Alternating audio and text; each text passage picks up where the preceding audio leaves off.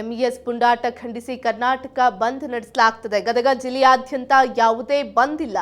ಎಂದಿನಂತೆ ವಾಹನ ಸಂಚಾರ, ವ್ಯಾಪಾರ ವಹಿವಾಟು ನಡೀತಾ ಇದೆ. ಆಟೋ, ಬಸ್ ಸಂಚಾರ ಯಾವುದೇ ವ್ಯತ್ಯಯ ಇಲ್ಲ. ಆರಂಭ ಆಗ್ತಿರುವಂತಹ ಅಂಗಡಿ, ಹೋಟೆಲ್ಗಳು ಎಂದಿನಂತೆ ವಾಹನ ಸಂಚಾರ, ಜನರ ಓಡಾಟ ಇದೆ. ವ್ಯಾಪಾರಸ್ಥರು ವಹಿವಾಟನ್ನು ನಡೆಸ್ತಾ ಇದ್ದಾರೆ. ಆಟೋ, ಬಸ್ ಸಂಚಾರದಲ್ಲಿ ಯಾವುದೇ ವ್ಯತ್ಯಯ ಇಲ್ಲ. ಎಲ್ಲ ಹೋಟೆಲ್ಗಳಾಗಿರ್ಬೋದು, ಅಂಗಡಿ ಮುಂಗಟ್ಟುಗಳನ್ನಾಗಿರ್ಬೋದು ತೆರೆಯಲಾಗ್ತಾ ಇದೆ. ಯಾವುದೇ ಬಂದ್ ಬಿಸಿ ತಟ್ಟಿಲ್ಲ ಗದಗ ಜಿಲ್ಲೆಯಾದ್ಯಂತ.